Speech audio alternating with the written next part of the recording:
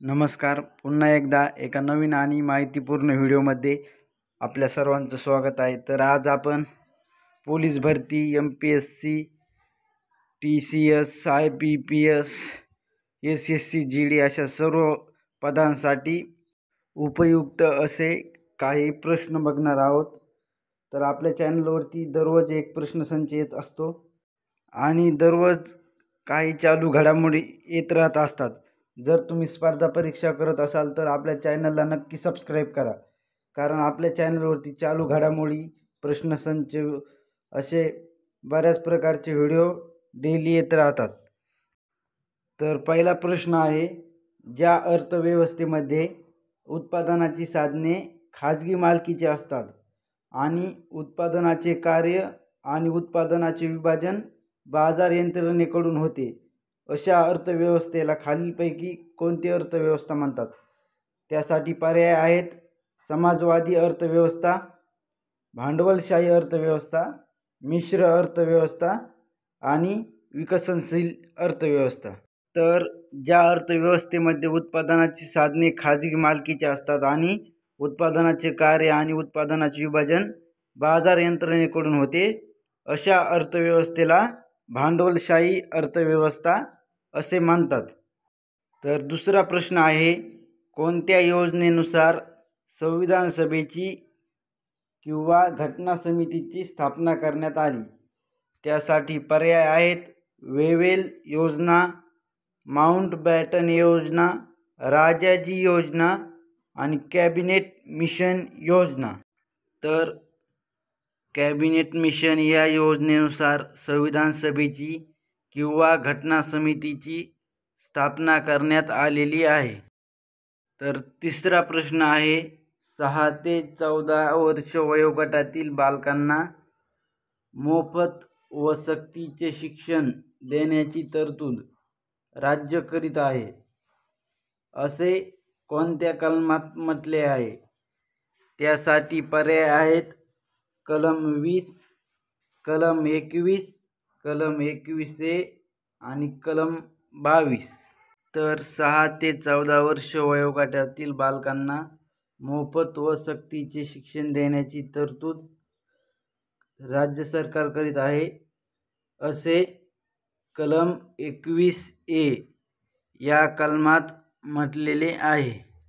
त्यानंतर चौथा प्रश्न आहे, स्थानिक स्वराज्य संस्थेच्या विकासामध्ये खालीलपैकी कोणत्या समितीने त्रिस्तरीय ग्राम प्रशासनाची शिफारस केली होती? त्यासाठी पर्याय आहेत: बलवंतराव मेहता समिती, अशोक मेहता समिती, वसंतराव नाईक समिती आणि PB पाटील समिती. तर स्थानिक स्वराज्य संस्थेच्या विकासामध्ये बलवंतराव मेहता समिती या समितीने त्रिस्तरीय ग्राम प्रशासनाची शिफारस केली होती. त्यानंतर पाचवा प्रश्न आहे, भारतीय संविधानात कोणत्या कलमानुसार जिल्हा नियोजन समितीची तरतूद केली आहे? तर त्यासाठी पर्याय आहेत: कलम 243 ZC, कलम 243 ZD, कलम 243 ZE आणि कलम 243 ZA. तर भारतीय संविधानात कलम 243 ZD या कलमानुसार जिल्हा नियोजन समितीची तरतूद केलेली आहे. त्यानंतर पुढचा प्रश्न आहे, रॉबर्ट हार्डिंग व्हिटाकर 1920 ते 1980 या पारिस्थितिकी तज्ज्ञाने सन 1969 मध्ये सजीवांचे वर्गीकरण किती गटात केले? तर त्यासाठी पर्याय आहेत: 5 गटात, 4 गटात, 3 गटात आणि 2 गटात. तर रॉबर्ट हार्डिंग व्हिटाकर या पारिस्थितिकी तज्ज्ञाने सन 1969 मध्ये सजीवांचे वर्गीकरण 5 गटात केलेले आहे.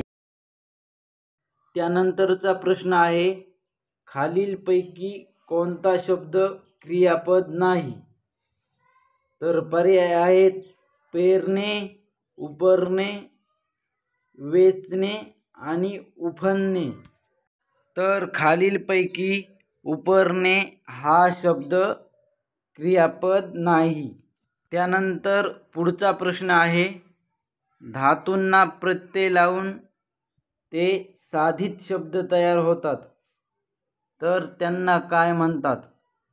तर त्यासाठी पर्याय आहेत उपसर्ग, शब्दयोगी अव्यय, प्रत्यय आणि कृदंते. तर धातूंना प्रत्यय लावून ते साधित शब्द तयार होतात, त्यांना प्रत्यय असे म्हणतात.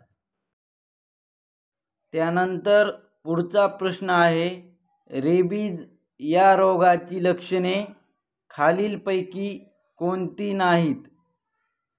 त्यासाठी पर्याय आहेत 2 ते 12 आठवडे ताप, अतिशयोक्ती करत वागणे, जुलाब वाटणे आणि पाण्याची भीती.